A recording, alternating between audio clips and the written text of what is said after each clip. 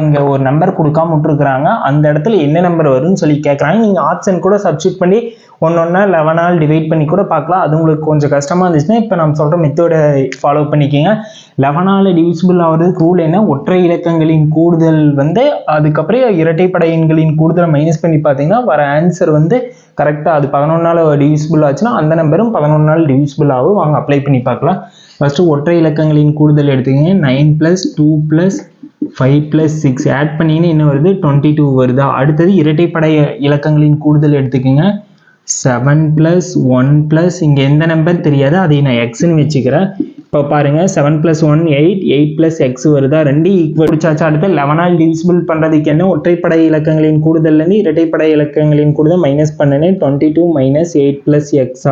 இப்போ பாருங்க 22 × மைனஸ் உள்ள சப்ஸ்டிட் பண்ணால் -8 - xன்னு வருமா? இப்போ 22லேருந்து 8 மைனஸ் பண்ணால் 14 - x.